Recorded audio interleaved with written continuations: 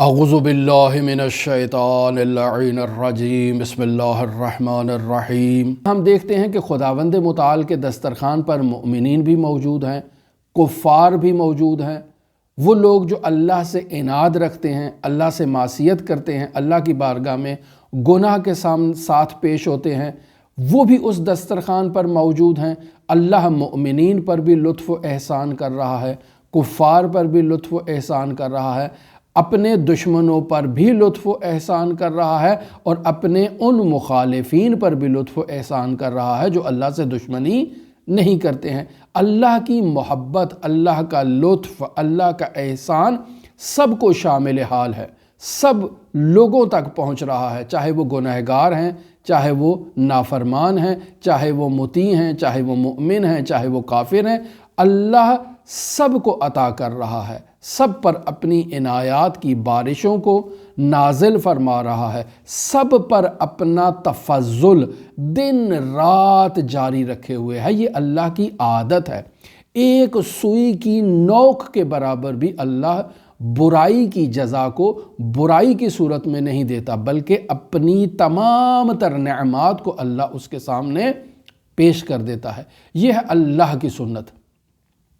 مرحوم مجلسی رحمۃ اللہ علیہ بحار الانوار کی جلد نمبر 93 ہے، صفحہ نمبر 118 پر رسول خدا صلی اللہ علیہ وآلہ وسلم سے ایک نورانی حدیث کو نقل فرماتے ہیں کہ وہاں خداوند متعال گویا کہ یوں فرما رہا ہے کہ الخلق کلہم عیال اللہ، کہ جتنی بھی مخلوقات ہیں یہ اللہ کے عیال ہیں، اللہ کی اولاد ہیں۔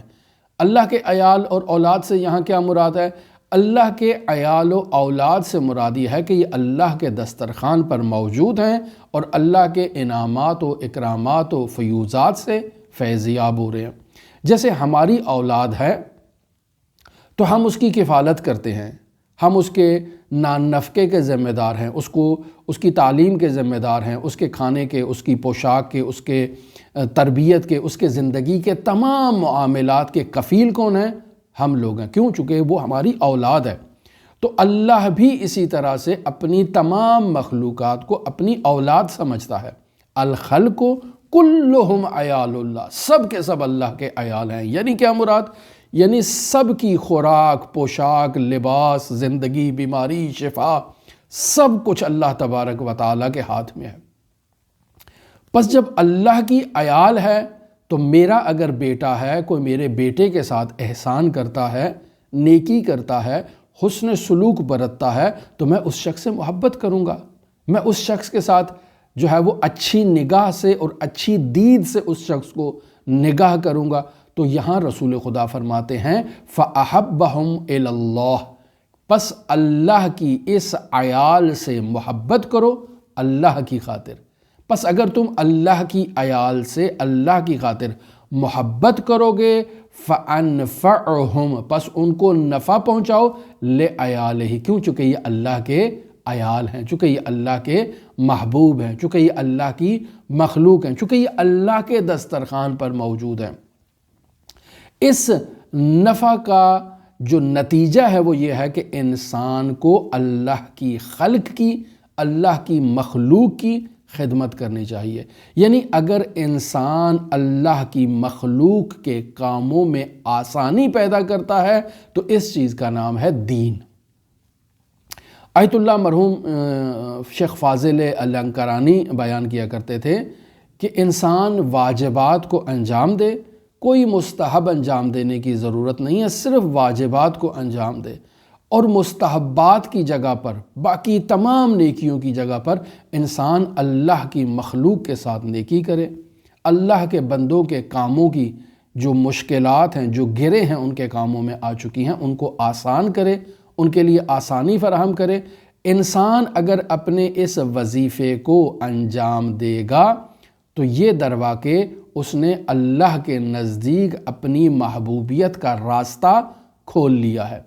لہٰذا انسان کا یہ ذمہ ہے کہ وہ مخلوق الہی کی اگر خدمت کرے تو یہ تمام دین ہے۔